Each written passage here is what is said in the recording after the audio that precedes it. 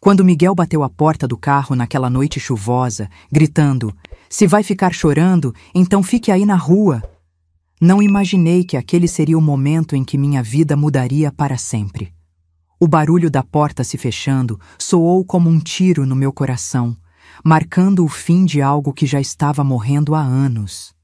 Encharcada pela chuva, assisti as luzes traseiras do carro desaparecerem na escuridão, me deixando sozinha aos 58 anos, sem celular, sem dinheiro e sem dignidade. Foi então que uma senhora cega se aproximou, apoiada em sua bengala, e sussurrou palavras que ressuscitariam minha alma. "Finja ser minha neta. Seu marido vai se arrepender amargamente." Mas antes de continuar, confira se você já está inscrito no canal e escreva nos comentários de onde você está assistindo este vídeo. Adoramos saber até onde nossas histórias estão chegando. As luzes dos carros passavam por mim, iluminando momentaneamente meu rosto molhado, enquanto eu tentava entender o que havia acontecido. A discussão começou por algo tão banal. Eu havia esquecido de comprar o vinho que Miguel queria para o jantar com seus colegas de trabalho. Um erro simples, mas para ele foi como se eu tivesse cometido um crime imperdoável. "Você não consegue fazer nada certo, Helena", ele berrou no carro, batendo no volante. 30 anos juntos e você continua me decepcionando." As palavras dele cortavam mais fundo que a chuva gelada que agora penetrava minha roupa. 30 anos de casamento reduzidos a uma garrafa de vinho esquecida. 30 anos em que, aos poucos, fui me tornando uma sombra, uma versão apagada de mim mesma. As lágrimas começaram a cair, misturando-se à chuva, e então veio o estopim. "Pelo amor de Deus, você vai começar a chorar agora? Eu não aguento mais esse seu drama." Foi quando ele parou bruscamente o carro naquele ponto de ônibus deserto. Olhou para mim com desprezo e ordenou que eu saísse. Quando hesitei, ele se inclinou e abriu a porta do passageiro. "Saia, Helena. Se vai ficar chorando, então fique aí na rua." Saí, atordoada, incrédula. Ele arrancou com o carro, deixando-me sob a chuva torrencial em um bairro que eu mal conhecia. A água escorria pelo meu rosto, pingava da ponta do meu nariz. Olhei para minhas mãos enrugadas, tremendo de frio e medo. 58 anos. Sem trabalho há 2 décadas, porque Miguel dizia que deveria cuidar da casa. Sem amigos próximos, porque ele achava que mulher casada não precisa de amizades que só enchem a cabeça de bobagens. Sem família, porque, uma a uma, ele havia cortado minhas relações, alegando que meus parentes eram gente difícil. E agora, sozinha na chuva, eu me perguntava: em que momento permiti que minha vida se transformasse nisso? Foi quando ouvi o som suave de uma bengala batendo no chão. Tap, tap, tap. A princípio, pensei ser apenas o som da chuva, mas logo vi a silhueta de uma senhora idosa se aproximando. Ela usava um sobretudo bege e tinha os cabelos brancos presos em um coque elegante. Seus olhos, embora incapazes de ver, pareciam ter uma intensidade impressionante. "A noite não está muito convidativa para ficar na rua, não é mesmo?" disse ela, parando próximo a mim. Sua voz era calma, quase melodiosa, contrastando com a violência da tempestade. "Estou bem", respondi automaticamente, aquela resposta que se torna um reflexo quando você passa anos escondendo a verdade.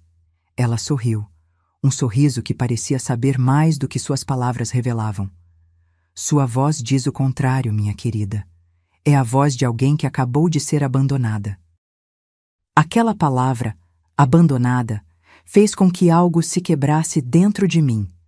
Não consegui mais conter o soluço que estava preso na garganta. "Como você sabe?" perguntei entre lágrimas. "Quando se perde a visão, os outros sentidos se aguçam. Consigo ouvir a mágoa na sua respiração, sentir o tremor do seu corpo, perceber que suas roupas estão encharcadas e, principalmente..." Ela fez uma pausa, inclinando levemente a cabeça. "Consigo sentir quando alguém está destruído por dentro." Nesse momento, um carro preto e elegante parou à nossa frente. Um homem vestido de terno desceu rapidamente com um guarda-chuva. Dona Isabel, a senhora não deveria ter saído sozinha nessa chuva, disse ele preocupado. Gustavo, que bom que você chegou, respondeu ela, com uma tranquilidade surpreendente. Então, virando-se para mim, sussurrou: finja ser minha neta. Seu marido vai se arrepender. Antes que eu pudesse processar o que estava acontecendo, ela pegou minha mão com firmeza surpreendente para uma pessoa de sua idade. Gustavo, esta é minha neta. Estava me visitando e foi pega pela chuva. Vamos levá-la para casa. O motorista olhou para mim, confuso, mas não questionou. Isabel apertou minha mão como se dissesse: confie em mim. E eu, sem outra opção, segui com ela até o carro. Foi quando notei que o carro de Miguel estava voltando lentamente pela rua. Talvez, num raro momento de consciência, ele tenha percebido a crueldade de seu ato. Ou talvez apenas tivesse lembrado que eu carregava as chaves de casa. Não importava. O fato é que ele estava ali, observando quando entrei no luxuoso veículo com a elegante senhora cega. Nossos olhares se cruzaram por um instante. Pela primeira vez em anos, vi algo diferente no rosto dele. Surpresa, talvez até um lampejo de arrependimento. Isabel, como se pudesse sentir sua presença, virou-se na direção dele e disse em voz alta: vamos para casa, querida. Ninguém merece ficar esperando na chuva por alguém que não sabe valorizar. O carro arrancou suavemente. Pelo retrovisor, vi Miguel parado sob a chuva, seu semblante transformado pela confusão. Eu estava entrando em um carro com uma estranha, mas estranhamente, pela primeira vez em muito tempo, não me senti ameaçada, apenas curiosa. Para onde estamos indo? Perguntei baixinho. Para um lugar onde você poderá se secar, se aquecer e, mais importante... Ela fez uma pausa, seus olhos cegos parecendo fixar-se em algum ponto distante. Um lugar onde você poderá se lembrar de quem era antes de se tornar o que aquele homem queria que você fosse. Respirei fundo, sentindo o perfume suave de lavanda que emanava dela. O interior do carro era elegante e aconchegante, tão diferente da frieza a que eu estava acostumada. Por que está me ajudando? Perguntei, ainda sem entender o que estava acontecendo. Ela sorriu novamente, mas desta vez havia uma tristeza em seu sorriso, como se tocasse em uma memória dolorosa. Porque alguém fez o mesmo por mim, há muitos anos, e porque reconheço em você algo que também já fui. O carro avançava pela cidade, as luzes das ruas refletindo nas poças d'água. Eu observava aquela mulher que, apesar de sua cegueira, parecia enxergar mais do que todos aqueles com visão perfeita. Algo nela irradiava força e dignidade, duas qualidades que eu havia perdido há muito tempo. Você nem sabe meu nome, murmurei. Helena, ela respondeu simplesmente. Eu ouvi o motorista chamá-la. E você é Isabel? Sim, Isabel Mendes. E pelo que percebi, você acaba de ser expulsa do carro por seu marido, não é mesmo? Assenti, então me dei conta de que ela não podia ver meu gesto. Sim, respondi, sentindo vergonha e alívio ao mesmo tempo por verbalizar aquela verdade. Bem, então acho que temos muito o que conversar, disse ela. Mas primeiro vamos cuidar de você. O carro fez uma curva e entrou por um portão de ferro forjado. À medida que avançávamos por uma alameda arborizada, uma mansão imponente surgiu diante de nós. Não era apenas uma casa, era um símbolo de outro mundo, um mundo que eu havia esquecido que existia. Um mundo onde mulheres como Isabel pareciam comandar seu próprio destino. Bem-vinda à minha casa, Helena, disse Isabel, enquanto Gustavo abria a porta do carro. Ou, devo dizer, bem-vinda ao seu recomeço. Naquele momento, olhando para aquela mansão sob a chuva, senti algo estranho surgir dentro de mim. Não era esperança, ainda não. Era algo mais primitivo, mais essencial. A sensação de que talvez, apenas talvez, eu não estivesse completamente perdida. A mansão de Isabel era como entrar em outro século. Piso de madeira que rangia suavemente, móveis antigos meticulosamente conservados, quadros de paisagens em molduras douradas e um silêncio que parecia contar histórias. Gustavo nos conduziu até uma sala ampla onde uma lareira acesa criava um ambiente acolhedor, contrastando com a tempestade que se intensificava lá fora.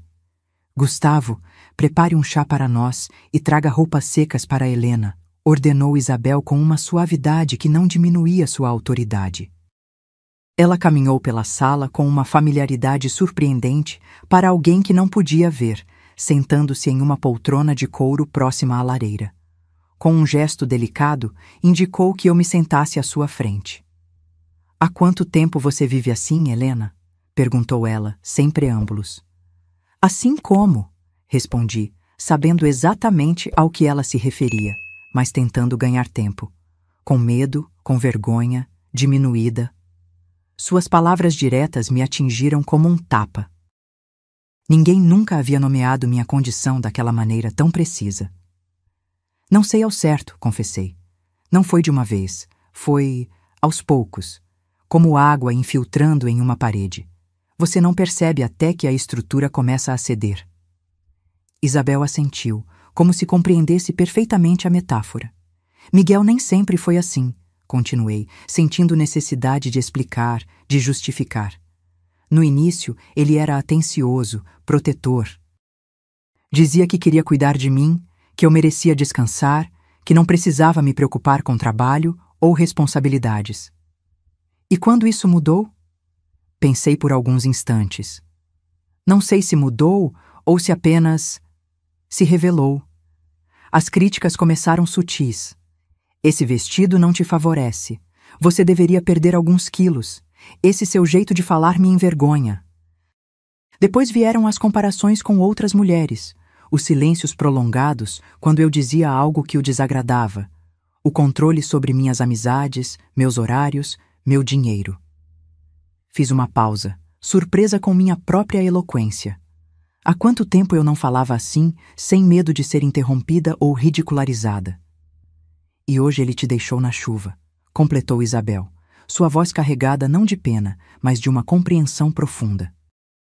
"Por causa de uma garrafa de vinho", acrescentei, e a frase soou tão absurda que uma risada amarga escapou dos meus lábios.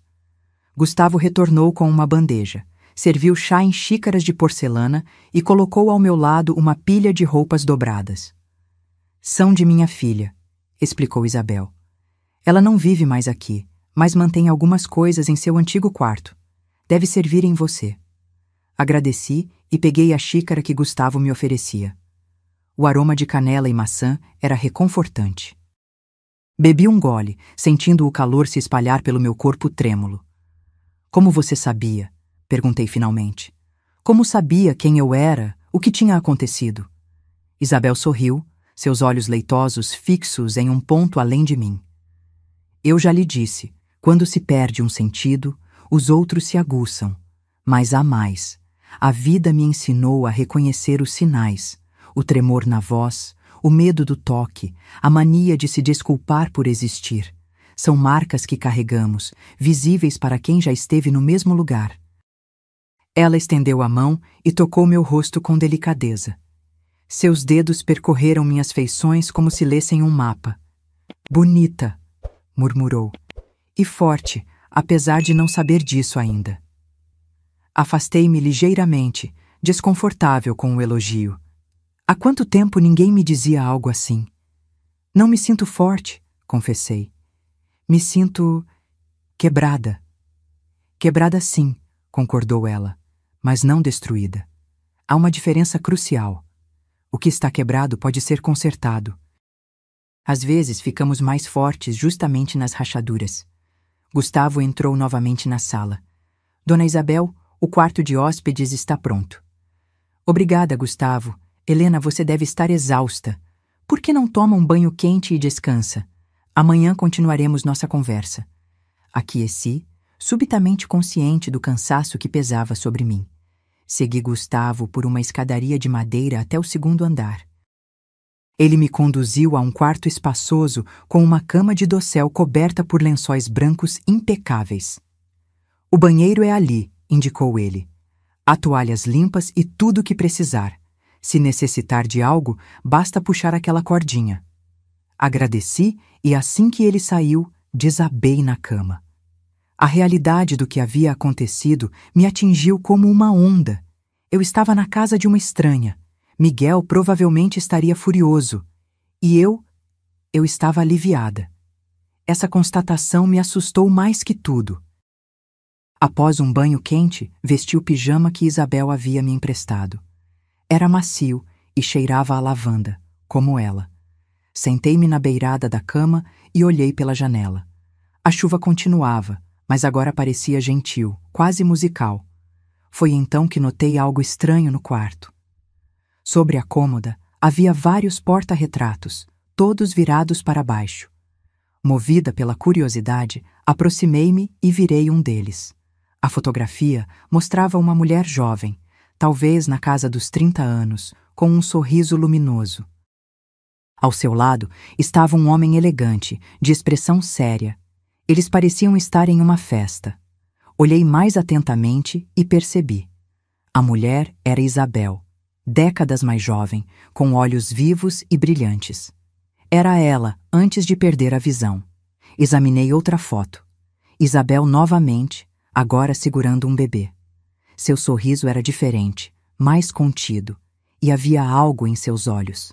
Medo? Virei mais uma fotografia. Isabel com uma menina de uns 10 anos, provavelmente sua filha. O homem não aparecia mais nas fotos. Enquanto recolocava os porta-retratos em suas posições originais, ouvi um barulho no corredor. Rapidamente, voltei para a cama. A porta se abriu suavemente e Isabel apareceu, sua silhueta recortada contra a luz do corredor. "Vejo que ainda está acordada", disse ela. "Como soube?" "Sua respiração. Muda quando estamos deitados, e você não está deitada, está?" Sorri, impressionada. "Não, estou sentada na cama." Ela entrou no quarto, sua bengala guiando seu caminho com precisão. "Sabe, Helena, esta casa guarda muitas histórias, algumas belas, outras dolorosas, como todas as casas antigas, suponho." Ela sentou-se ao meu lado, o colchão afundando levemente sob seu peso. Vi as fotografias, confessei, sentindo que devia ser honesta. "Sinto muito. Não deveria ter mexido." "Não se preocupe. Na verdade, eu as deixei ali de propósito. Queria que você as visse." "Por quê?" Ela respirou fundo antes de responder. "Porque aquela mulher nas fotos também já foi como você. Dependente, controlada, diminuída aos poucos, até acreditar que não era nada sem aquele homem ao seu lado." Olhei para ela com novos olhos, tentando imaginar como aquela mulher forte e segura poderia ter sido algum dia uma versão de mim. "O que aconteceu?" perguntei. "Ele me cegou", respondeu ela simplesmente. A frase caiu como uma pedra no silêncio do quarto. Senti meu sangue gelar. "Como assim?" "Não literalmente, com as próprias mãos", explicou ela. "Mas foi por causa dele. Estávamos discutindo, como sempre. Ele me empurrou, bati a cabeça. O trauma afetou o nervo óptico. Os médicos disseram que a cegueira seria temporária, mas nunca recuperei a visão." Engoli em seco, horrorizada. "E o que você fez?" Isabel sorriu, um sorriso que continha toda a força do mundo. "Descobri que não precisava dos meus olhos para enxergar a verdade. E a verdade era que eu era muito mais do que a mulher que ele havia tentado criar. No dia em que perdi a visão, recuperei minha voz." Ela se levantou, apoiando-se na bengala com elegância. "Agora descanse, Helena. Você terá tempo para descobrir sua própria voz. E quem sabe, no processo, poderá me ajudar a entender algo que venho buscando há muito tempo." "O quê?" perguntei. "O significado da liberdade", respondeu ela, dirigindo-se à porta. "Boa noite, Helena. Que seus sonhos sejam mais gentis que sua realidade." Após sua saída, deitei-me e puxei as cobertas até o queixo. Lá fora, a chuva continuava, mas já não me parecia ameaçadora. Era apenas água, afinal. E água, como Isabel havia sugerido, podia tanto destruir quanto nutrir, dependendo de como a recebêssemos. Fechei os olhos, pensando nas fotografias viradas para baixo e em como, às vezes, precisamos perder algo para realmente começar a enxergar. Acordei com o som de pássaros. Por um momento, fiquei desorientada, sem reconhecer o quarto onde estava. Então as memórias da noite anterior inundaram minha mente. A briga com Miguel, a chuva, Isabel me resgatando. Sentei-me na cama, observando a luz suave da manhã filtrar-se pelas cortinas de renda. Levantei-me e abri as cortinas. O jardim da mansão se estendia diante de mim, exuberante e bem cuidado, com roseiras, uma fonte central e árvores antigas. Era um refúgio secreto em meio à cidade. Vesti as roupas que Isabel havia me emprestado. Uma saia longa de algodão e uma blusa simples, mas de tecido fino. Parei diante do espelho e mal me reconheci. Não apenas pelas roupas diferentes, mas por algo no meu olhar. Como se uma noite longe de Miguel já tivesse começado a desfazer anos de condicionamento. Desci as escadas, guiando-me pelo aroma de café e pão fresco. Encontrei Isabel na sala de jantar, sentada à mesa com elegância, como se pudesse ver cada detalhe à sua frente. Bom dia, Helena, cumprimentou-me antes mesmo que eu anunciasse minha presença. Como sempre sabe que sou eu? Perguntei, aproximando-me. Seu perfume, seu modo de andar. Cada pessoa tem uma assinatura única, sabia? Sente-se e tome café comigo. Obedeci, observando a mesa impecavelmente posta. Louças finas, talheres de prata, guardanapos de linho. Gustavo surgiu com uma bandeja e serviu café em minha xícara. Dormiu bem? Perguntou Isabel. Sim, obrigada. Melhor do que em muito tempo. Imaginei. Às vezes, um espaço seguro é tudo o que precisamos para finalmente descansar. Tomamos café em silêncio por alguns minutos. Havia algo reconfortante naquela quietude compartilhada, tão diferente dos silêncios tensos a que eu estava acostumada. Você deve estar se perguntando por que a trouxe para cá, disse Isabel finalmente. Confesso que sim. Isabel pousou a xícara delicadamente.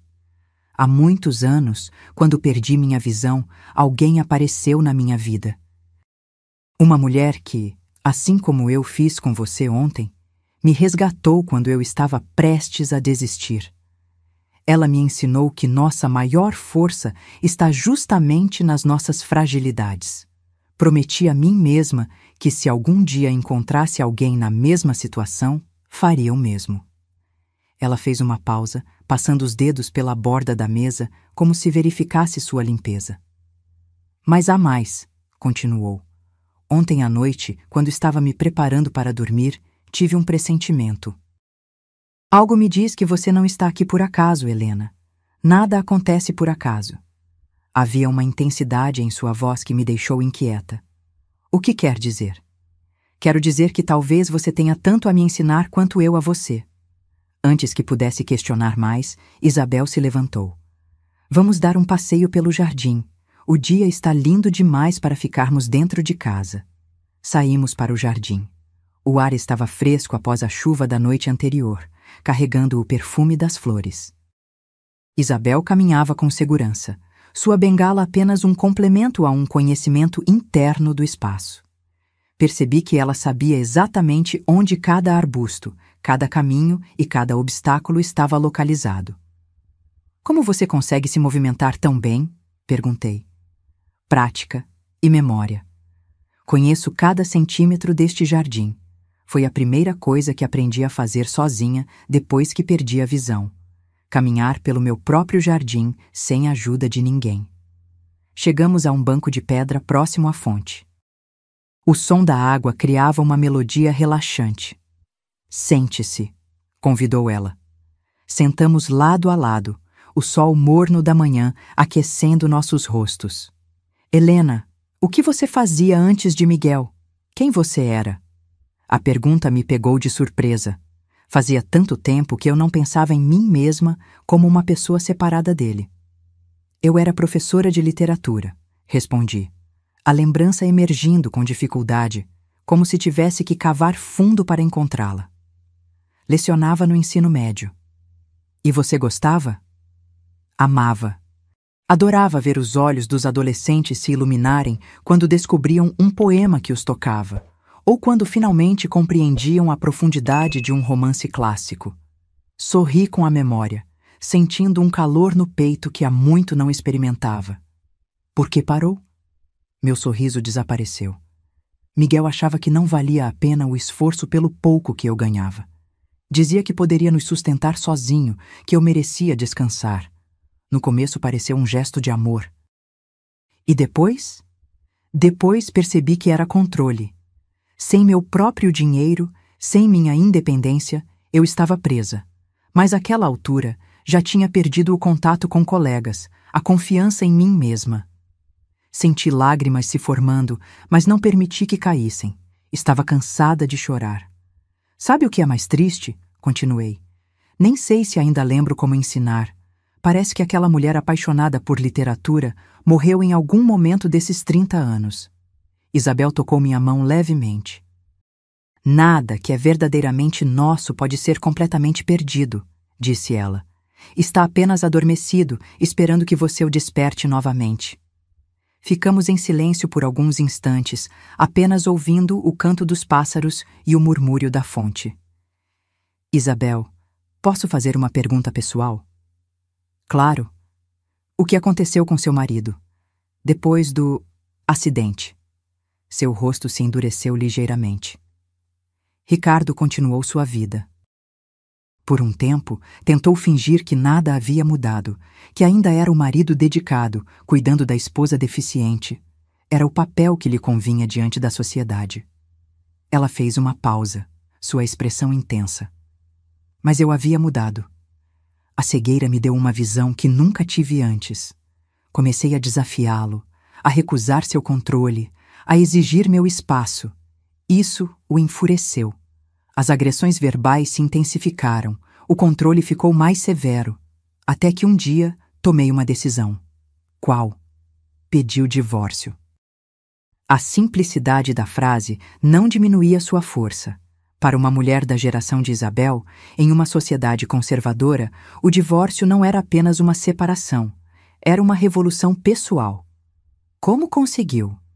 Com muito medo, admitiu ela, mas também com muita determinação. Descobri que tinha herdado propriedades de meu pai que Ricardo não conhecia. Abri uma conta secreta. Planejei cada detalhe. E então, um dia, enquanto ele estava em uma viagem de negócios, mudei as fechaduras da casa. Um sorriso leve surgiu em seus lábios ao recordar. Quando voltou e percebeu que não podia entrar, ficou furioso. Ameaçou, gritou, tentou quebrar a porta. Chamei a polícia. Foi um escândalo, claro. A alta sociedade adorou o drama. A pobre esposa cega expulsando o marido de casa. E você não teve medo de ficar sozinha? Sendo cega? Tive pavor, confessou ela. Mas descobri algo importante. O medo da solidão era menor que o medo de continuar vivendo aquela vida de sombras. E, com o tempo, aprendi que estar sozinha não significa estar solitária. Contratei Gustavo, construí meu próprio círculo de amigos, redescobri minha paixão pela música, comecei a apoiar causas sociais. Ela virou-se para mim, seus olhos leitosos parecendo fixar-se em algo além de mim. A verdadeira cegueira, Helena, não é a ausência de visão. É a incapacidade de enxergar seu próprio valor. Suas palavras me atingiram profundamente. Por quanto tempo eu havia sido cega dessa maneira? E agora? Perguntei. O que faço? Isso só você pode responder. Mas posso ajudá-la a encontrar o caminho. Começa com uma pergunta simples. Quem é Helena sem Miguel? Engoli em seco. Não sabia a resposta. Havia sido a esposa de Miguel por tanto tempo que havia esquecido como ser apenas Helena. Não sei, admiti. Então esse é o primeiro passo, redescobrir-se. E vou propor um exercício para começar. Ela se levantou, estendendo a mão para mim. Vamos até a biblioteca. Quero que você leia para mim. Um poema, um trecho de um romance, qualquer coisa que tenha tocado seu coração quando você ainda se lembrava de quem era. Seguimos para a casa, e ela me guiou até uma imponente biblioteca. estantes do chão ao teto, repletas de livros, alguns tão antigos que suas lombadas estavam desgastadas pelo tempo. Escolha um, instruiu ela. Passei os dedos pelas lombadas, sentindo o couro, o papel, o tecido. Finalmente, puxei um volume de Emily Dickinson. Abri em uma página aleatória e comecei a ler. Esperança é a coisa com penas, que pousa na alma, e canta a melodia sem palavras, e nunca para, nunca. Minha voz, inicialmente trêmula, ganhou força à medida que as palavras fluíam. Era como se despertasse de um longo sono. Continue, incentivou Isabel. Li outro poema, e outro. Minha voz se tornava mais firme, mais minha a cada verso. Quando finalmente parei, havia lágrimas em meus olhos, não lágrimas de tristeza, mas de reconhecimento. Ali estava um pedaço da Helena que eu havia perdido. Viu? Disse Isabel suavemente. Ela ainda está aí, a professora, a amante da literatura, a mulher que existia antes de ser apenas a sombra de um homem. Naquele momento, meu celular, que Isabel havia pedido para Gustavo recuperar da minha bolsa, tocou. Era Miguel. Meu coração disparou como se tivesse sido pega em uma transgressão. Esse reflexo condicionado me revelou o quão profundo era meu aprisionamento. Não precisa atender se não quiser, disse Isabel com suavidade. Não sei o que dizer a ele, confessei. Então não diga nada, não agora. Primeiro, encontre sua própria voz. Depois, se quiser, use-a para falar com ele. Deixei o telefone tocar até silenciar. Uma sensação estranha me invadiu. Culpa misturada com uma ponta de liberdade. Isabel pareceu sentir minha confusão. O sentimento de culpa, explicou ela, como se lesse meus pensamentos, é a última corrente que nos prende. É a voz deles dentro de nós, nos dizendo que não temos direito à nossa própria vida. Passei o restante do dia com Isabel, ouvindo suas histórias, conhecendo os cantos da mansão que ela navegava com tanta familiaridade. À noite, depois do jantar, ela me levou a um cômodo especial, sua sala de música. Um piano de cauda ocupava o centro do espaço, reluzente sob a luz suave dos abajures. Toco um pouco todas as noites, disse ela, sentando-se ao banco. A música me ajuda a ordenar os pensamentos. Seus dedos deslizaram pelas teclas com precisão impressionante, criando uma melodia melancólica e bela. Fechei os olhos, deixando a música me envolver. Sabe o que aprendi, Helena? Disse ela sem parar de tocar. Que cada nota precisa de silêncio entre elas para fazer sentido. O mesmo acontece com a vida. Às vezes, precisamos do silêncio para ouvir nossa própria melodia. Adormeci naquela noite embalada por pensamentos sobre silêncios, os opressivos que vivi com Miguel e os nutritivos que agora experimentava com Isabel. Na manhã seguinte, Isabel me propôs um exercício desconcertante. Quero que você caminhe com os olhos vendados, disse ela durante o café. Por quê?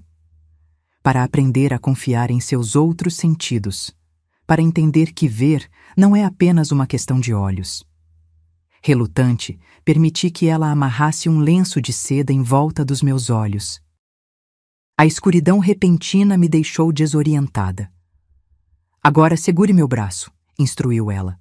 Vamos dar uma volta pelo jardim. Foi uma experiência transformadora. Privada da visão, percebi o quanto dependia dela para interpretar o mundo. Os sons se intensificaram. O farfalhar das folhas, o zumbido das abelhas, o tilintar distante de um sino. Os cheiros ganharam novas dimensões, o perfume das rosas, a terra úmida, o aroma de pão vindo da cozinha. Meus pés sentiam as diferentes texturas do caminho, pedra, grama, madeira. Como é possível? Perguntei maravilhada com a riqueza de sensações. O mundo é muito mais do que aquilo que vemos, respondeu Isabel. Quando dependemos apenas dos olhos, perdemos metade da experiência. Após 1 hora de exploração, ela removeu a venda. As cores pareciam mais vivas, os contornos mais nítidos. Olhei para Isabel com admiração renovada. Obrigada. murmurei. Não me agradeça ainda, disse ela com um sorriso enigmático. Sua jornada apenas começou. Nos dias que se seguiram, Miguel continuou ligando, cada vez mais furioso. Eventualmente, com o incentivo de Isabel, atendi. Onde diabos você está? Gritou ele sem preâmbulos. Em um lugar seguro, respondi, surpresa com a firmeza da minha voz. Volte para casa agora. Isso é ridículo, Helena. Você tem ideia do que está fazendo? Sim, respondi simplesmente. Estou respirando pela primeira vez em anos. Houve um silêncio atônito do outro lado da linha. Você bebeu? Está usando drogas? Quem está aí com você? Ninguém está me manipulando, Miguel. Pela primeira vez, estou pensando por mim mesma. É aquela velha cega, não é? Eu vi você entrando no carro dela. O que ela quer de você? Dinheiro? Senti uma onda de raiva subir pelo meu peito. Ela não quer nada além de me ajudar a ver o que me tornei por sua causa. Por minha causa? Ele riu amargamente. Eu dei tudo a você. Uma casa, conforto, proteção, e é assim que me agradece? Você não me deu nada, respondi, as palavras saindo como se tivessem vida própria. Você apenas trocou minha liberdade por uma gaiola dourada. E eu, como uma tola, achei que isso era amor. Você enlouqueceu, disse ele, a voz agora baixa e ameaçadora. Se não voltar para casa hoje, vou chamar a polícia. Vou dizer que aquela mulher está te mantendo contra sua vontade. Faça isso, desafiei. Será interessante explicar às autoridades por que você me abandonou na chuva. Ele ficou em silêncio, e percebi que havia tocado em um ponto sensível. Miguel sempre se preocupou com sua imagem pública, com o que os outros pensariam dele. Helena! Sua voz agora era suplicante, outra tática que conhecia bem. Eu sinto muito pelo que aconteceu. Perdi a cabeça. Estava estressado com o trabalho, você sabe como é. Vamos esquecer isso, sim? Volte para casa. Estou preocupado com você. Por um momento, senti a velha culpa emergir. O velho impulso de apaziguar, de priorizar seus sentimentos sobre os meus. Mas então me lembrei das palavras de Isabel. A culpa é a última corrente. Não, Miguel, disse com uma calma que não sabia que possuía. Não vou voltar. Não agora. Preciso de tempo. Tempo para quê? Tempo para lembrar quem eu sou. Desliguei antes que ele pudesse responder. Minhas mãos tremiam, mas não de medo, de adrenalina, de poder. Isabel estava sentada no jardim quando voltei, seu rosto virado para o sol como se pudesse absorver sua luz. Como foi? Perguntou ela. Libertador, respondi, ainda surpresa com minha própria coragem. Ela sorriu, satisfeita. Hoje à noite, disse ela, quero lhe mostrar algo especial. Passei o resto do dia em um estado de excitação nervosa, antecipando o que Isabel poderia querer me mostrar. À noite, após o jantar, ela me levou ao terceiro andar da mansão, a uma área que ainda não havia explorado. Este era o ateliê de meu pai, explicou ela, enquanto abria uma porta pesada de madeira. Ele era pintor. O espaço era amplo, com janelas do teto ao chão que agora refletiam a escuridão da noite. Vários cavaletes estavam espalhados pelo cômodo, cobertos por panos. As paredes exibiam quadros em diversos estilos: paisagens, retratos, naturezas mortas. Como você sabe o que está nas telas? Perguntei. Quero dizer, desde que perdi a visão, completou ela. Eu as memorizei antes, e para as novas, peço que Gustavo ou visitantes as descrevam para mim. A arte, como a vida, não precisa ser vista para ser sentida. Ela caminhou até um dos cavaletes e removeu o pano que o cobria. Era um retrato dela mesma, mais jovem, com um olhar intenso e desafiador. Meu pai pintou este pouco antes de morrer, explicou. Disse que captou algo em mim que eu ainda não havia descoberto. Na época, não entendi. Agora sei que ele viu a mulher que eu me tornaria, não a menina que eu era. Ela passou os dedos pela tela, como se pudesse ler a imagem através do toque. Helena, Já se perguntou por que algumas pessoas entram em nossas vidas exatamente quando precisamos delas? Coincidência? Sugeri. Ela sorriu, balançando a cabeça. Não acredito em coincidências. Acredito em padrões, em ciclos, em conexões invisíveis. Ela se virou para outro cavalete e removeu o pano. O quadro revelado me deixou sem fôlego. Era um retrato de uma mulher que se parecia surpreendentemente comigo, mas vestida com roupas de outra época. Quem é ela? Perguntei, aproximando-me para examinar melhor. Minha avó, Leonor, pintado em 1932. Olhei da pintura para Isabel confusa. A semelhança é... impressionante, não é? Foi o que pensei quando Gustavo me descreveu você. Foi por isso que tive certeza de que não era coincidência você estar naquele ponto de ônibus, naquela noite específica. Um arrepio percorreu minha espinha. O que está dizendo? Isabel se aproximou, tocando meu rosto gentilmente. Estou dizendo que algumas almas se encontram mais de uma vez, Helena. Que alguns ciclos precisam ser quebrados por gerações diferentes, até que a lição seja aprendida. Olhei novamente para o retrato. Os olhos da mulher pareciam me fitar através do tempo, transmitindo uma mensagem que não conseguia decifrar completamente. Minha avó, continuou Isabel, viveu em uma época em que mulheres eram propriedade dos maridos. Ela sofreu em silêncio, como tantas outras, mas, diferente da maioria, deixou um legado. Isabel caminhou até uma pequena cômoda e abriu uma gaveta. De lá, retirou um livro antigo, encadernado em couro. Seu diário, explicou. Escrito em código para que o marido não pudesse ler. Ela o confiou à minha mãe, que o passou para mim. Agora quero que você o leia. Peguei o livro com reverência. Por que eu? Isabel sorriu, seus olhos leitosos fixos em um ponto além de mim. Porque algumas histórias precisam ser conhecidas para que não se repitam. E porque você, Helena, assim como eu, assim como minha avó, está em uma encruzilhada. O caminho que escolher não afetará apenas sua vida, mas a de muitas outras mulheres que virão depois de você. Saí do ateliê com o diário nas mãos, sentindo seu peso, não apenas físico, mas simbólico. Aquela noite, à luz do abajur, comecei a ler as palavras de uma mulher que viveu quase um século antes de mim, mas cujas dores e esperanças ecoavam as minhas com uma precisão assustadora. Na manhã seguinte, quando desci para o café, encontrei Isabel já à mesa, como sempre. Mas havia algo diferente em sua expressão, uma tensão sutil que não combinava com sua habitual serenidade. Aconteceu algo? Perguntei. Miguel esteve aqui, respondeu ela diretamente. Senti meu corpo congelar. Quando? Como ele encontrou este lugar? Hoje de madrugada. E quanto ao como, imagino que tenha seguido seu telefone ou investigado quem eu era. O que ele queria? O que você acha? Queria você de volta. Disse que eu estava te envenenando contra ele, que isso era sequestro, que chamaria a polícia. Senti uma onda de pânico. E o que você disse? Isabel sorriu, um sorriso que continha uma força que eu estava apenas começando a compreender.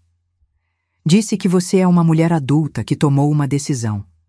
Que minha casa está aberta para você pelo tempo que precisar. E que se ele tentasse te forçar a algo, teria que enfrentar não apenas as consequências legais, mas também minha considerável influência social. Ele se foi? Sim, mas não acho que tenha desistido. Homens como Miguel não desistem facilmente do que consideram sua propriedade. Abaixei a cabeça, sentindo o peso familiar da culpa. Sinto muito por trazê-lo até aqui, por envolvê-la nisso. Isabel estendeu a mão sobre a mesa, encontrando a minha com precisão impressionante. Nunca se desculpe por buscar sua liberdade, Helena. Nunca. Apertei sua mão, sentindo uma gratidão que palavras não poderiam expressar. O que faço agora? Perguntei. Continua o que começou. Leu o diário de minha avó? Comecei. É perturbador como suas palavras poderiam ser minhas. Isabel assentiu. A opressão tem muitas faces, mas a mesma essência. O que precisamos é... Ela foi interrompida pelo som da campainha. Gustavo entrou na sala de jantar, sua expressão preocupada. Dona Isabel, é ele novamente, e desta vez trouxe um policial. O tempo pareceu congelar. O policial era um homem de meia idade com expressão cansada, claramente desconfortável com a situação. Miguel estava ao seu lado, exibindo aquela expressão de preocupação sincera que ele reservava para ocasiões públicas, a máscara que tantas vezes me enganou. Helena, graças a Deus! Ele exclamou ao me ver, abrindo os braços como se esperasse um abraço. Estava tão preocupado. Não me movi. O policial olhou de mim para Miguel, então para Isabel, que permanecia serena em sua cadeira. Senhora, dirigiu-se a mim. Seu marido está preocupado.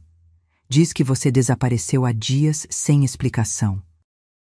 Antes que eu pudesse responder, Miguel interveio. Ela não está bem, oficial. Tem tido episódios. Estava muito emotiva quando saiu de casa. Esta senhora, apontou para Isabel, aproveitou-se da situação. Senti uma onda de indignação subir pelo meu peito. Era sempre assim. Miguel reescrevendo a narrativa, transformando-me na mulher instável, na louca, na frágil que precisava de proteção. Isso não é verdade, disse com uma firmeza que pareceu surpreender a todos, inclusive a mim mesma. Ele me expulsou do carro durante uma tempestade, me deixando sozinha, sem dinheiro e sem celular, porque eu havia esquecido de comprar uma garrafa de vinho. O policial franziu a testa, olhando para Miguel. É verdade isso, senhor? Miguel riu nervosamente. Claro que não. Tivemos uma discussão, sim, mas ela saiu do carro por conta própria. Estava histérica, você sabe como são as mulheres. Quando voltei para buscá-la, ela já havia desaparecido. Oficial, interveio Isabel, sua voz calma e controlada. Posso garantir que a senhora Helena está aqui por vontade própria. É minha convidada e pode permanecer pelo tempo que desejar. Ela está manipulando minha esposa, insistiu Miguel, preenchendo sua cabeça com ideias absurdas. O policial parecia cada vez mais desconfortável. Senhora, dirigiu-se a mim novamente. Você está sendo mantida aqui contra sua vontade? Não, respondi com firmeza. Estou aqui porque escolhi estar. Sou uma mulher adulta, não uma refém. Vê? Exclamou Miguel, sua compostura começando a rachar. Ela nunca falaria assim normalmente. Está sendo influenciada. Algo dentro de mim se quebrou. Tantos anos sendo silenciada. Tantos anos sendo descrita por ele para os outros. Tantos anos sem voz própria. A única pessoa que me influenciou por décadas foi você, Miguel, disse, cada palavra carregada de uma verdade longamente suprimida. Me convencendo de que eu era incompetente, de que precisava de sua proteção, de que não era nada sem você. Miguel empalideceu. O policial olhou de um para o outro, claramente percebendo que havia mais naquela história do que um simples desentendimento conjugal. Senhora, você tem alguma acusação formal contra seu marido? Perguntou ele. Hesitei. Abuso emocional, controle coercitivo, isolamento, gaslighting.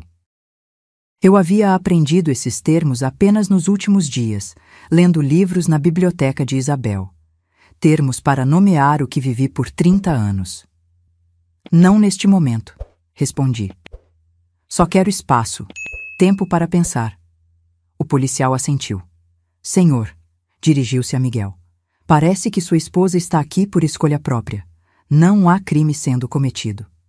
Isso é ridículo, explodiu Miguel, sua fachada de marido preocupado desmoronando completamente. Ela é minha esposa. Ela não é sua propriedade, respondeu o policial com firmeza. A não ser que haja evidência de crime ou perigo, não posso obrigá-la a ir com você. Miguel olhou para mim, seus olhos agora frios como gelo. Você vai se arrepender disso, Helena, disse baixo, quase um sussurro. Sem mim, você não é nada. Isabel, que até então observara a cena em silêncio, levantou-se apoiada em sua bengala. Acho que é hora de você se retirar, senhor. Minha casa, minha propriedade, minhas regras. Havia tanta autoridade em sua voz que até mesmo Miguel hesitou. Isso não acabou, disse ele, antes de se virar e sair, batendo a porta com força. O policial permaneceu por um momento. Senhora, disse gentilmente, se precisar de ajuda, não hesite em chamar a delegacia. Depois que ele saiu, desabei na cadeira, tremendo. Isabel se aproximou, apoiando a mão em meu ombro. Você foi corajosa, disse ela. Não me sinto corajosa, confessei. Sinto-me aterrorizada. Coragem não é ausência de medo, Helena. É agir apesar dele. Naquela tarde, enquanto estava na biblioteca tentando me distrair com um livro, Gustavo entrou com uma expressão preocupada. Dona Helena, há um homem na porta perguntando por você. Diz ser seu irmão. Meu coração acelerou. Carlos. Não o via há anos. Outra relação que Miguel conseguira destruir, convencendo-me de que meu irmão só se aproximava por interesse financeiro. Pode deixá-lo entrar, respondi nervosa. Carlos entrou hesitante, parecendo mais velho do que seus 55 anos. Seus olhos, tão parecidos com os meus, estavam carregados de preocupação. Helena, disse ele, sua voz embargada. Quanto tempo? Levantei-me, incerta sobre como reagir. Uma parte de mim queria abraçá-lo, outra estava cautelosa. Miguel havia plantado tantas sementes de desconfiança em minha mente. Como me encontrou? Perguntei. Miguel me ligou. Disse que você estava em perigo, que havia sido manipulada por uma mulher rica e excêntrica. Claro. Miguel, não conseguindo o que queria através da força, agora tentava outra abordagem. Meu irmão como emissário. E você acreditou nele?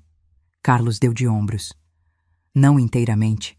Por isso vim ver por mim mesmo. Permanecemos em silêncio por um momento. Anos de distanciamento, criando um abismo entre nós.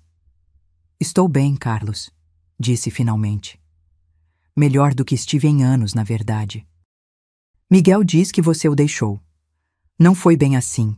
Ele me expulsou do carro durante uma tempestade. Isabel me encontrou e me ofereceu abrigo. Carlos franziu o senho. Isabel, a dona desta casa? Sim, ela tem sido uma luz no fim de um túnel muito escuro. Ele se aproximou, examinando meu rosto. Você parece diferente, Helena, mas você mesma. Sorri, surpresa com sua percepção. É assim que me sinto, como se estivesse acordando de um longo sonho, ou pesadelo. Miguel disse que ela lavou seu cérebro, que está te manipulando para algum propósito sinistro. Ri, a ideia era tão absurda. A única pessoa que manipulou minha mente por décadas foi seu amigo Miguel. Carlos pareceu desconfortável. Ele nunca foi meu amigo, Helena. Foi ele quem nos afastou, sabia? Inventou histórias, disse que eu havia falado mal de você, que estava tentando te extorquir. E por que você não me disse? Tentei, várias vezes, mas você sempre acreditava nele. Sempre. Senti uma onda de vergonha. Era verdade. Miguel havia se tornado meu filtro de realidade, a lente através da qual eu interpretava o mundo. Sinto muito, murmurei. Carlos sorriu triste. Não é sua culpa. Ele é persuasivo. É mais que isso, respondi. É calculista, sistemático. Sabia exatamente como me isolar, como me fazer depender dele para tudo, até para minha própria identidade. Meu irmão deu um passo à frente, hesitante, então me abraçou. O contato físico, o calor familiar, quebrou algo dentro de mim. Chorei nos braços dele como não chorava há anos. Estou aqui agora, disse ele suavemente. E parece que você encontrou ajuda. Quando nos separamos, Isabel estava na porta, Gustavo ao seu lado. Peço desculpas pela intrusão, disse ela. Ouvi vozes e fiquei preocupada. Isabel, este é meu irmão, Carlos, apresentei. Isabel sorriu, estendendo a mão que Carlos apertou respeitosamente. É um prazer conhecer família de Helena, disse ela. Gustavo, pode trazer chá para nosso convidado? Passamos a tarde conversando. Carlos preenchendo as lacunas de anos de distanciamento. Soube que ele havia se casado novamente após um divórcio difícil, que tinha uma filha adolescente, que trabalhava como arquiteto. Pequenos detalhes de uma vida que eu perdera por completo, convencida por Miguel de que meu irmão não se importava comigo. Quando Carlos se despediu, prometendo voltar, senti uma mistura de alegria e luto. Alegria por recuperar uma conexão perdida, luto pelos anos desperdiçados. Família é um bem precioso, comentou Isabel quando ficamos sozinhas. Algo que homens como Miguel trabalham duro para nos tirar. Por quê? Perguntei. Por que eles fazem isso? Isabel suspirou, seu rosto assumindo uma expressão contemplativa. Poder, respondeu simplesmente. Controle. Quanto mais isolada você está, mais poder ele tem sobre você. Quanto menos pessoas validarem sua realidade, mais fácil é para ele distorcê-la. Passei a noite refletindo sobre as palavras de Isabel e relendo o diário de sua avó. Leonor escrevera em 1935. O pior cárcere não é feito de grades, mas de dúvidas. Quando ele me faz questionar minha própria sanidade, minhas percepções, meus sentimentos, constrói paredes mais fortes que qualquer prisão. Na manhã seguinte, acordei decidida a fazer algo que vinha adiando. Visitar minha antiga casa para buscar alguns pertences pessoais. Isabel insistiu que Gustavo me acompanhasse. Não vá sozinha, advertiu. Homens como Miguel são mais perigosos quando sentem que estão perdendo o controle. A casa que compartilhei com Miguel por 3 décadas parecia menor, mais opressiva do que em minhas lembranças. Gustavo esperou no carro enquanto eu usava minha chave para entrar. O silêncio me recebeu. Miguel estava no trabalho, como esperava. Caminhei pelos cômodos com a estranha sensação de estar visitando um museu de uma vida que não era mais minha. Detalhes que nunca havia notado saltavam aos meus olhos, como havia poucos objetos que refletiam meus gostos, minhas preferências. Era a casa de Miguel, decorada para Miguel, um espaço onde eu existia apenas como acessório. Fui ao quarto e recolhi algumas roupas, documentos, fotografias antigas. Ao passar pela mesa de cabeceira de Miguel, notei um envelope parcialmente escondido sob um livro. Não era meu costume bisbilhotar, mas algo me impeliu a olhar. Eram extratos bancários. Abri-os, surpresa com o que vi. Contas que eu desconhecia completamente, grandes somas sendo transferidas para nomes que não reconhecia. Entre os papéis, encontrei um contrato de compra de um apartamento no nome dele. Um investimento que ele nunca havia mencionado. Enquanto examinava os documentos, ouvi a porta da frente se abrir. Congelei. Passos no corredor, cada vez mais próximos. A porta do quarto se abriu e lá estava Miguel, me encarando com uma expressão que mesclava surpresa e raiva. "O que está fazendo aqui?" perguntou, sua voz controlada, mas tensa. "Vim buscar algumas coisas minhas", respondi, tentando manter a calma apesar do coração acelerado. Seus olhos foram para os papéis em minha mão. Sua expressão escureceu. "Você está me espionando agora?" "Não", respondi. "Apenas encontrei por acaso. Quem é Maria Conceição? Por que você transfere dinheiro para ela todo mês?" O silêncio que se seguiu foi mais revelador que qualquer resposta. "Isso não é da sua conta", disse ele finalmente.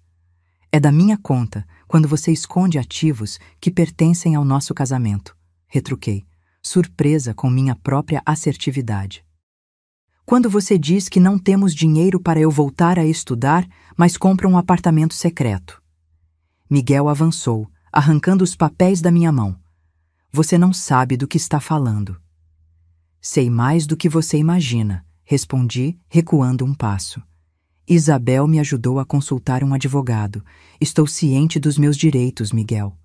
Seu rosto se contorceu numa máscara de raiva. "Aquela velha intrometida está arruinando tudo", exclamou. "O que ela quer de você, Helena? Por que ela se importa?" "Ela se importa porque sabe o que é estar no meu lugar, porque reconhece os sinais, porque, ao contrário de você, ela vê meu valor como ser humano, não como propriedade." Ele riu, um som frio e calculado. E você acredita nisso? Que uma estranha rica e cega está te ajudando por pura bondade? Não seja ingênua, Helena. Todo mundo tem um motivo. Sim, respondi.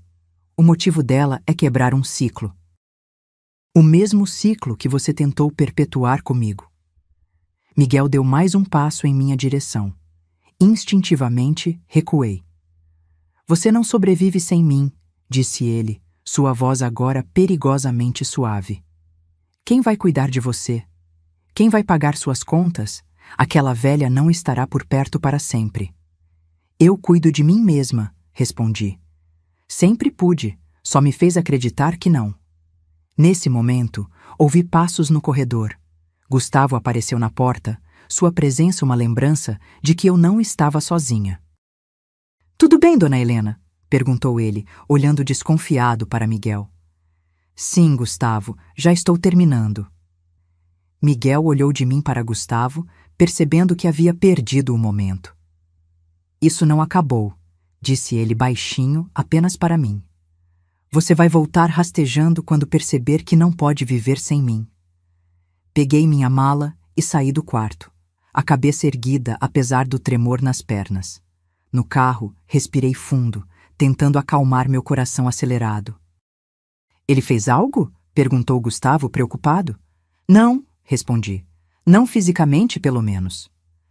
Voltamos para a mansão de Isabel.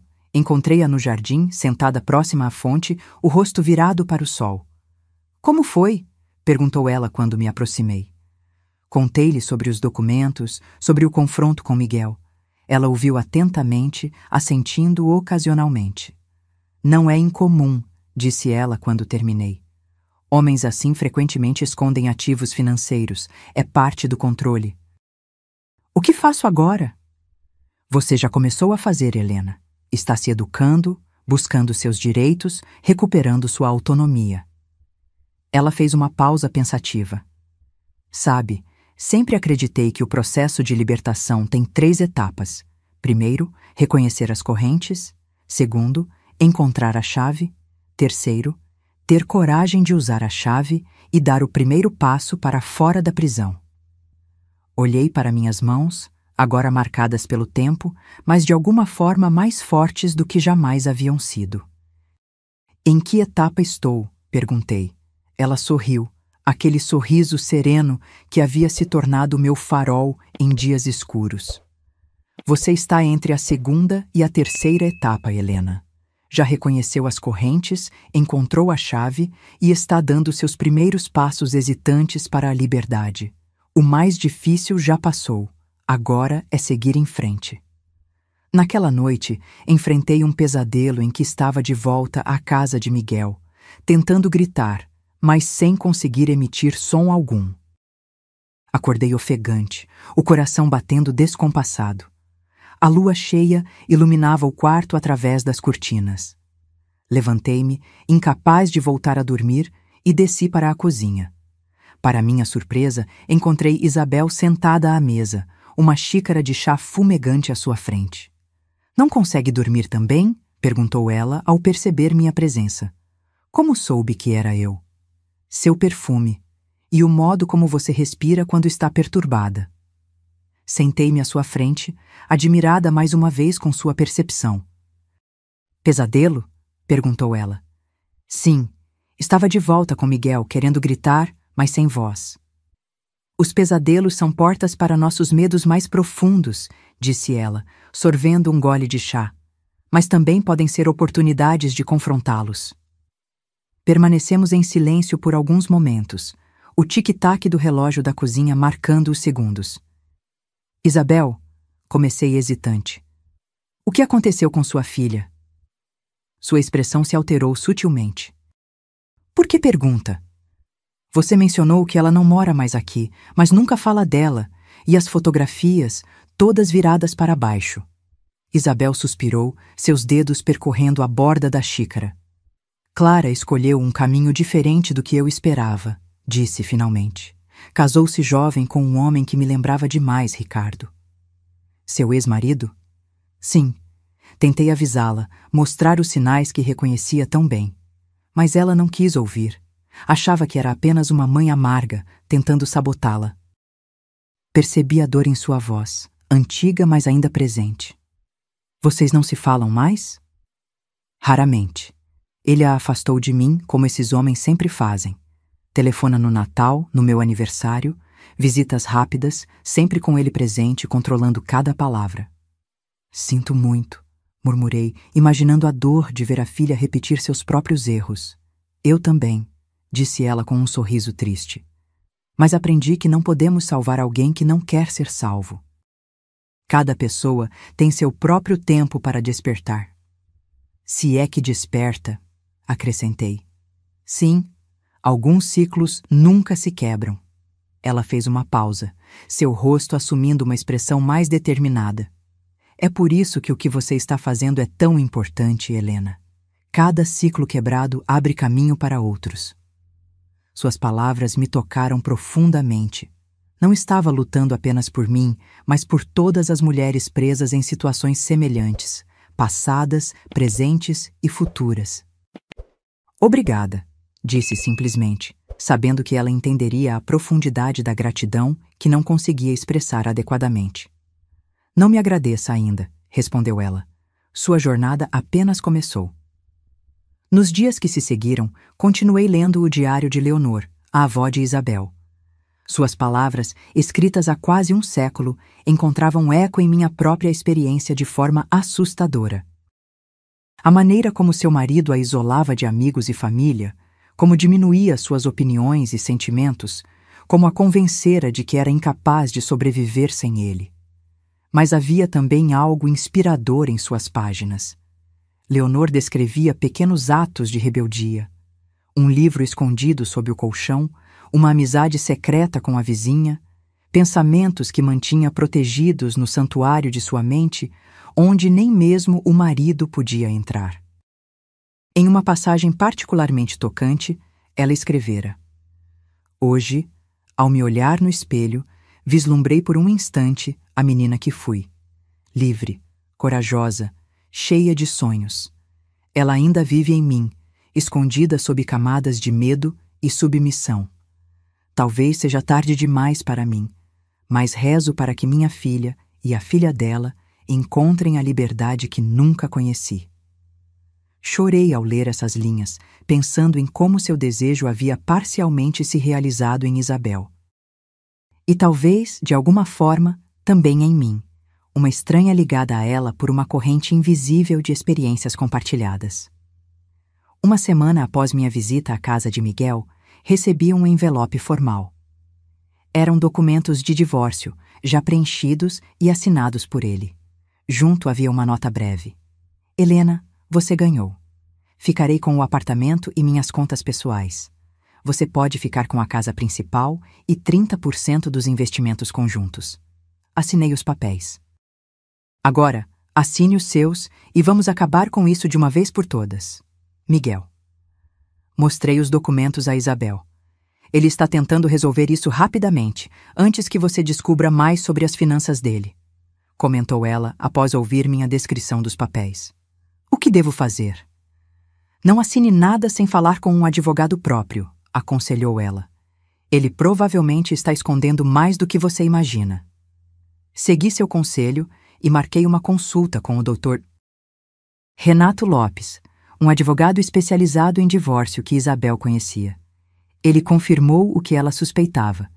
A proposta de Miguel era muito inferior ao que eu teria direito em um divórcio litigioso, considerando nossos 30 anos de casamento.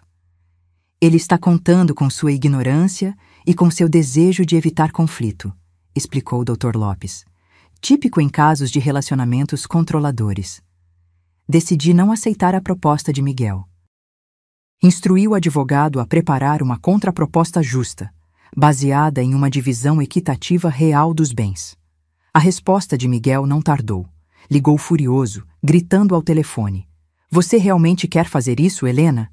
Quer arrastar nosso nome pela lama em um processo sujo? Só quero o que é justo, Miguel, respondi calmamente. Metade do que construímos juntos. Construímos? Rosnou ele. Eu construí tudo sozinho. Você só ficou em casa vivendo às minhas custas. Trabalhei ao seu lado por anos no início da empresa, lembrei-o. E depois, você mesmo insistiu para que eu deixasse meu emprego. E todo o trabalho doméstico, o suporte emocional, as conexões sociais que mantive para beneficiar sua carreira, isso não conta? Seu silêncio momentâneo me disse que havia tocado em um ponto sensível. Você mudou, disse ele finalmente, a voz agora baixa e perigosa. Não é mais a Helena que conheci. Você tem razão, concordei. Não sou mais aquela pessoa. E agradeço por isso todos os dias. Desliguei, percebendo que pela primeira vez eu havia encerrado uma conversa com Miguel nos meus termos. Quando contei a Isabel, ela sorriu. Sabia que encontraria sua voz eventualmente, disse ela. Agora, ele vai tentar outras táticas. Esteja preparada. Ela estava certa. Nos dias seguintes, Miguel alternava entre ameaças veladas e súplicas emocionais. Tentou usar amigos em comum para me convencer a ser razoável. Chegou a enviar um buquê enorme de flores com um cartão pedindo perdão. É o ciclo clássico, explicou Isabel quando descrevi suas ações. Primeiro a raiva, depois a manipulação, então as promessas vazias. Quando nada disso funciona, voltam à raiva, e o ciclo recomeça. Uma tarde, enquanto lia no jardim, Isabel se aproximou acompanhada por uma jovem mulher. Parecia ter cerca de 30 anos, com olhos grandes e assustados, e um semblante que me lembrava muito alguém que já havia visto antes. Helena, esta é Sofia, apresentou Isabel. Sofia, esta é Helena de quem lhe falei. A mulher me cumprimentou timidamente. Havia algo familiar nela que não conseguia precisar. Sofia veio me procurar há alguns dias, explicou Isabel. Está passando por uma situação similar à sua. Durante o chá, Sofia contou sua história, casada há 5 anos com um homem que gradualmente a isolou da família, controlava suas finanças e minava sua autoconfiança através de críticas constantes e manipulação emocional. Não sei o que fazer, confessou ela, lágrimas escorrendo pelo rosto. Tenho medo de sair e medo de ficar. Surpreendi-me falando com uma autoridade que não sabia que possuía, compartilhando insights que havia adquirido nas últimas semanas. O medo é normal, disse-lhe. É parte do processo, mas a liberdade que vem depois vale cada momento de pavor. Sofia me olhou com esperança renovada. Como soube que estava pronta? Perguntou. Não soube, respondi honestamente. Só soube que não poderia continuar como estava. E tive a sorte de encontrar Isabel quando mais precisava. Isabel sorriu, seus olhos leitosos fixos em um ponto além de nós. Não foi sorte, disse ela. Foi o destino tecendo sua teia. Após a saída de Sofia, Isabel permaneceu no jardim comigo. Você se saiu bem com ela, comentou. Obrigada. Foi estranho me ver nela, como se estivesse olhando para um espelho do passado. É precisamente isso, concordou Isabel. E talvez esse seja o verdadeiro propósito de tudo isto. Não apenas sua libertação, mas a chance de ajudar outras a se libertarem também. Naquela noite, sonhei com um corredor longo e escuro, pontilhado de espelhos. Em cada um, via uma mulher diferente. Algumas do passado, como Leonor, outras do presente, como Sofia, e algumas que pareciam pertencer a um futuro ainda não escrito. Todas me olhavam com os mesmos olhos, os meus olhos, implorando por algo que não conseguia compreender. Acordei com uma sensação estranha de propósito e conexão, como se de alguma forma minha luta pessoal fosse apenas um fio em uma tapeçaria muito maior. Durante o café da manhã, comentei o sonho com Isabel.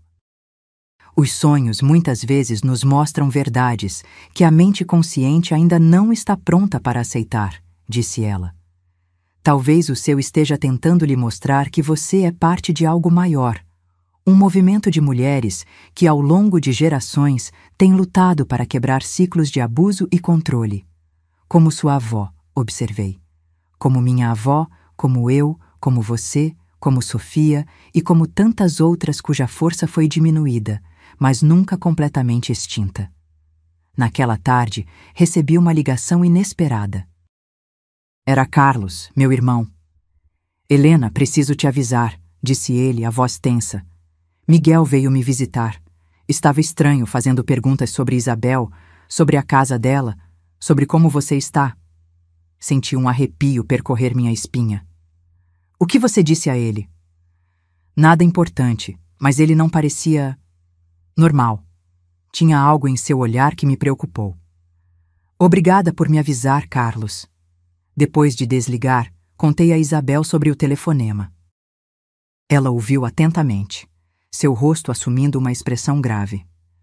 Homens como Miguel são mais perigosos quando sentem que estão perdendo o controle completo, disse ela. Vou pedir a Gustavo que reforce a segurança da casa por um tempo. Você acha que ele faria algo? Perguntei, assustada com a possibilidade. Espero que não, mas já vi o desespero levar pessoas a extremos. Naquela noite, um trovão violento me acordou. Uma tempestade se formara, tão intensa quanto a daquela noite em que tudo começou. Relâmpagos iluminavam o quarto intermitentemente, criando sombras dançantes nas paredes. Levantei-me para fechar melhor as cortinas e foi então que vi uma silhueta no jardim, parada sob a chuva, olhando para minha janela. Um relâmpago particularmente forte iluminou seu rosto por um instante. Miguel. Meu coração disparou ao reconhecer Miguel no jardim. Por um momento, pensei estar tendo outro pesadelo. Mas quando pisquei e ele continuou lá, imóvel sob a chuva torrencial, percebi que era real. Suas roupas encharcadas colavam em seu corpo, e mesmo àquela distância, pude sentir a intensidade de seu olhar fixo em minha janela. Recuei, tremendo. O que ele queria? Como havia entrado na propriedade? E mais importante, o que pretendia fazer? Corri para o corredor sem saber exatamente para onde ir. A mansão estava silenciosa, exceto pelo tamborilar da chuva contra as janelas e os ocasionais trovões que faziam as paredes vibrarem. Desci as escadas apressadamente, quase tropeçando nos degraus. No hall de entrada, encontrei Gustavo, que aparentemente havia sido acordado pelo barulho da tempestade. Dona Helena? Perguntou ele surpreso. Aconteceu algo? Miguel, consegui dizer entre respirações ofegantes. Ele está no jardim, olhando para minha janela. Gustavo franziu o senho, seu rosto assumindo uma expressão grave. Fique aqui, instruiu. Vou verificar. Não, protestei, agarrando seu braço. Ele pode ser perigoso. Justamente por isso deve ficar aqui, insistiu ele. Vou apenas verificar e chamar a polícia se necessário. Enquanto Gustavo saía pela porta da frente, ouvi passos suaves descendo a escada. Era Isabel, vestida com um roupão de seda, sua bengala guiando seu caminho. O que está acontecendo? Perguntou ela, sua voz calma, contrastando com o caos da tempestade. Miguel, respondi. Está lá fora. Gustavo foi verificar. Isabel assentiu, sem demonstrar surpresa. Eu temia que isso pudesse acontecer, disse ela. Venha, vamos para a biblioteca. É o cômodo mais seguro da casa. Seguimos para a biblioteca, onde Isabel acendeu a lareira com uma habilidade surpreendente para alguém que não podia ver. O fogo logo começou a crepitar, projetando uma luz dourada que contrastava com os relâmpagos azulados que iluminavam as janelas. Por que ele faria isso? Perguntei, mais para mim mesma do que para Isabel. Aparecer assim, no meio da noite, durante uma tempestade? Poder, respondeu Isabel simplesmente. Controle. Ele quer que você se sinta insegura, que saiba que ele pode alcançá-la mesmo aqui. Sentei-me em uma poltrona próxima ao fogo, abraçando meus joelhos contra o peito como uma criança assustada. Estou com medo, admiti. Isabel se aproximou, encontrando meu rosto com suas mãos delicadas. O medo é natural, Helena. É o que nos mantém vivas em situações de perigo, mas não podemos permitir que ele nos paralise. Ouvimos a porta da frente se abrir e fechar, passos molhados no corredor. Gustavo apareceu na entrada da biblioteca ensopado pela chuva. Ele se foi, senhoras. anunciou. Não encontrei ninguém no jardim, mas havia marcas de sapato na lama perto do muro dos fundos. Alguém certamente esteve lá. Verifiquei todo o perímetro e reforcei o alarme.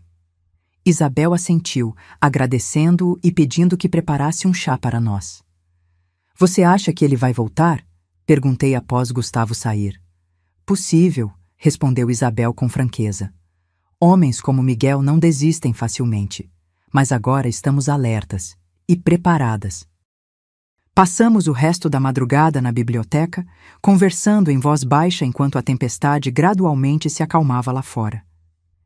Isabel me contou mais sobre sua vida após o divórcio, como reconstruiu sua identidade, como aprendeu a viver sem medo. A liberdade tem um preço, Helena, disse ela. Às vezes é a segurança, às vezes é o conforto da familiaridade. Mas o que ganhamos em troca, dignidade, autoestima, paz interior, não tem valor. Quando o amanhecer finalmente chegou, a tempestade havia cessado completamente. O jardim, visível através das janelas da biblioteca, parecia lavado e renovado pela chuva, as flores mais vibrantes, o ar mais limpo. Vou ligar para a polícia, decidi. Registrar um boletim de ocorrência pela invasão de propriedade. Isabel assentiu, aprovando minha decisão. Sim, documentação é importante nesses casos. Cria um histórico oficial. Após o café da manhã, fiz a ligação. Um oficial veio à mansão, tomou nossos depoimentos e inspecionou o jardim. Encontrou marcas claras de escalada no muro dos fundos e pegadas que correspondiam aos sapatos sociais que Miguel costumava usar. Senhora, disse-me o policial antes de sair, recomendo que solicite uma medida protetiva. Esse comportamento indica uma obsessão potencialmente perigosa. Segui seu conselho, com a ajuda do doutor. Renato Lopes, o advogado que Isabel havia recomendado, entrei com um pedido de medida protetiva contra Miguel, utilizando o incidente da noite anterior, o episódio em que me deixou na chuva e vários outros exemplos de comportamento abusivo ao longo de nosso casamento. Nos dias que se seguiram, vivi em um estado de alerta constante. Embora a segurança da mansão tivesse sido reforçada e Gustavo estivesse sempre vigilante, não conseguia me livrar da sensação de estar sendo observada. Uma tarde, enquanto lia no jardim, Isabel se juntou a mim, sentando-se no banco de pedra ao meu lado. Você está mais calada esses dias, observou ela. Tenho pensado muito, admiti. Sobre o futuro, sobre quem sou agora, sem Miguel. E quem você descobriu que é?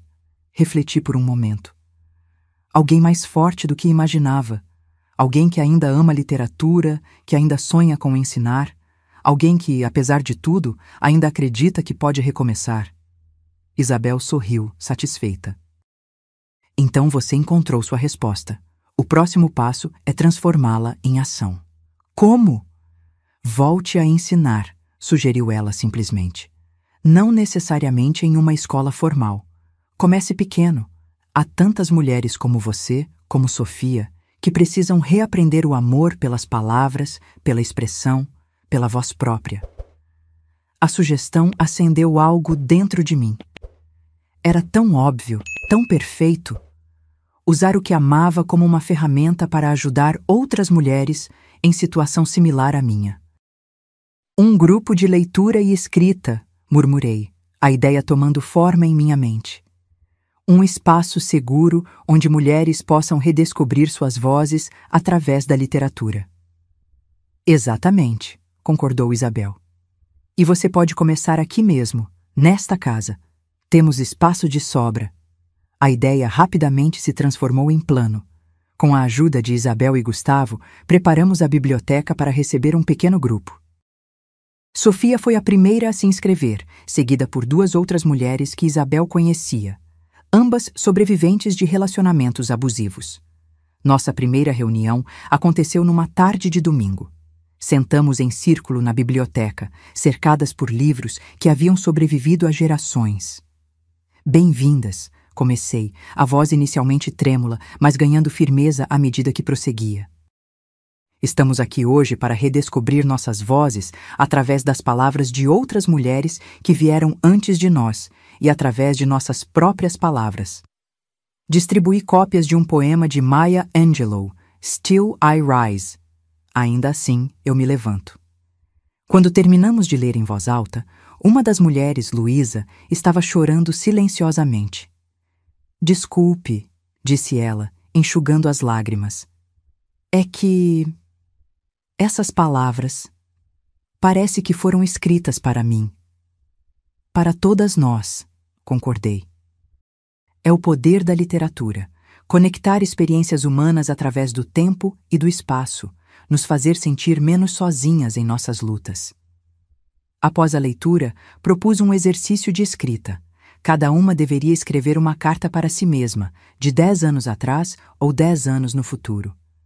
O silêncio que se seguiu foi profundo, pontuado apenas pelo som das canetas no papel. Observei aquelas mulheres, cada uma mergulhada em sua própria jornada interior, e senti uma emoção indescritível, uma mistura de orgulho, gratidão e esperança.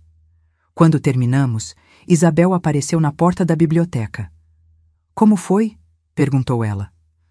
Transformador, respondi, sem conseguir encontrar uma palavra melhor. Aquela primeira reunião se transformou em encontros regulares. Nosso grupo cresceu gradualmente, o boca a boca trazendo mais mulheres em busca de cura através das palavras. Criamos um nome, Vozes Despertas, e uma pequena biblioteca circulante com obras escritas por mulheres de diversas épocas e culturas. Isabel raramente participava diretamente dos encontros, preferindo permanecer nos bastidores. Mas sua presença era sentida em cada detalhe, nos chás servidos após as leituras, nos pequenos cadernos que oferecíamos às novas integrantes, na atmosfera de segurança e acolhimento que permeava sua casa. Uma noite, após o término de um dos encontros, encontrei-a no jardim, sentada próxima à fonte. A lua cheia iluminava seu perfil delicado. — Por que está sorrindo? Perguntou ela ao perceber minha aproximação. — Como sempre sabe, retruquei, ainda maravilhada com sua percepção. Seu modo de andar. Muda quando você está feliz. Mais leve, mais rítmico. Sentei-me ao seu lado. Estou sorrindo porque hoje, durante o grupo, percebi algo importante, expliquei. Não sou mais apenas uma sobrevivente. Sou uma ajudante, alguém que pode fazer a diferença na vida de outras mulheres. Isabel assentiu, compreendendo. É a fase final da cura, disse ela, quando nossa dor se transforma em propósito. Ficamos em silêncio por alguns momentos, apenas apreciando a noite tranquila, tão diferente daquela noite tempestuosa quando tudo começou. Recebi notícias de Miguel hoje, comentei finalmente. Isabel virou o rosto em minha direção, atenta. Ele assinou a contraproposta do divórcio. Concordou com todos os termos. Isso é surpreendente, observou ela. Aparentemente conheceu alguém. Quer resolver tudo rapidamente para poder se casar novamente. Isabel fez uma expressão preocupada. Outra mulher a entrar no mesmo ciclo, murmurou. Pensei nisso também, concordei. Mas o que posso fazer? Nada diretamente, respondeu Isabel após um momento de reflexão. Não podemos salvar alguém que não quer ser salvo, lembra? Mas podemos criar espaços onde as mulheres possam encontrar ajuda quando estiverem prontas. É o que estamos fazendo com o Vozes Despertas. 2 semanas depois, finalmente assinei os papéis do divórcio. Após 30 anos, eu era legalmente uma mulher solteira novamente. A sensação era estranha. Parte liberdade, parte medo, parte nostalgia por algo que nunca existiu realmente, exceto em minhas fantasias de um casamento feliz. Quando voltei do escritório do advogado, encontrei Isabel no ateliê de seu pai. Ela estava sentada diante do cavalete que exibia o retrato de sua avó Leonor, a mulher que se parecia tanto comigo. — Está feito! Anunciei. — Como se sente? Perguntou ela. Livre, assustada, em paz, tudo ao mesmo tempo. Ela sorriu, compreensiva. É normal. Você fechou um capítulo muito longo de sua vida. Agora começa um novo. Aproximei-me do retrato de Leonor, estudando seu rosto tão semelhante ao meu. Sabe o que é estranho? Comentei. Por um lado, sinto como se estivesse apenas começando minha vida aos 58 anos. Por outro, sinto como se estivesse completando um ciclo que começou muito antes de mim. Isabel assentiu, seu rosto iluminado por um sorriso sereno. Ambas as percepções estão corretas, Helena. Estamos sempre começando e sempre completando ciclos, como a lua, como as estações. Ela se levantou, apoiando-se em sua bengala. Tenho algo para você, disse, dirigindo-se a uma pequena cômoda no canto do ateliê. Abriu uma gaveta e retirou um pacote embrulhado em tecido de seda. Entregou-o a mim com cuidado. O que é? Perguntei, sentindo o peso do objeto em minhas mãos. Abra, instruiu ela. Removi o tecido delicadamente. Era um pequeno espelho de mão antigo, a moldura de prata ornamentada com motivos florais, a superfície ligeiramente escurecida pelo tempo. Era de minha avó, explicou Isabel. Passou para minha mãe, depois para mim. Agora, quero que fique com você. Olhei para o espelho, vendo meu reflexo na superfície antiga. Meu rosto havia mudado nas últimas semanas. Os olhos mais vivos, as linhas de expressão mais suaves, como se o peso dos anos de submissão tivesse sido parcialmente levantado. Não posso aceitar, protestei. É uma relíquia de família. Isabel sorriu, tocando minha mão que segurava o espelho. Você é família agora, Helena. Não de sangue, mas de espírito. De destino. Senti lágrimas se formando em meus olhos. Além disso, continuou ela, para que serve um espelho a uma mulher cega? Prefiro que esteja com alguém que possa usá-lo para se lembrar de quem realmente é. Obrigada, murmurei, abraçando-a impulsivamente. Ela retribuiu o abraço com surpreendente força para seu corpo delicado. Lembre-se, Helena, disse ela suavemente. O verdadeiro espelho não é este objeto em sua mão, mas os olhos das mulheres que você ajudar ao longo de sua jornada. É neles que você verá seu verdadeiro reflexo. Naquela noite, coloquei o espelho de Leonor sobre minha mesa de cabeceira. Antes de adormecer, olhei mais uma vez para meu reflexo na superfície prateada. Por um momento, pareceu-me ver não apenas meu rosto, mas os rostos de todas as mulheres que haviam segurado aquele espelho antes de mim. Leonor, a mãe de Isabel. Isabel em sua juventude. E por um instante fugaz, também os rostos das mulheres do Vozes Despertas, de Sofia e de outras que ainda não conhecia, mas que talvez um dia segurassem este mesmo espelho. Uma corrente ininterrupta de mulheres, cada uma lutando à sua maneira para encontrar sua voz, sua liberdade, seu valor. E eu, Helena, aos 58 anos, finalmente encontrando meu lugar nessa corrente ancestral. Adormeci com uma sensação de paz que não experimentava há décadas, sabendo que mesmo que o caminho à frente fosse incerto, eu não caminhava sozinha. Carregava comigo a força de todas que vieram antes, e talvez, de alguma forma, também seria força para as que viriam depois. Agora, se você gostou dessa história, clica em S inscrever e me diz nos comentários qual parte te deixou de queixo caído. Ah, e não esqueça de se tornar membro para ter acesso a vídeos exclusivos que não posto aqui. Te espero lá.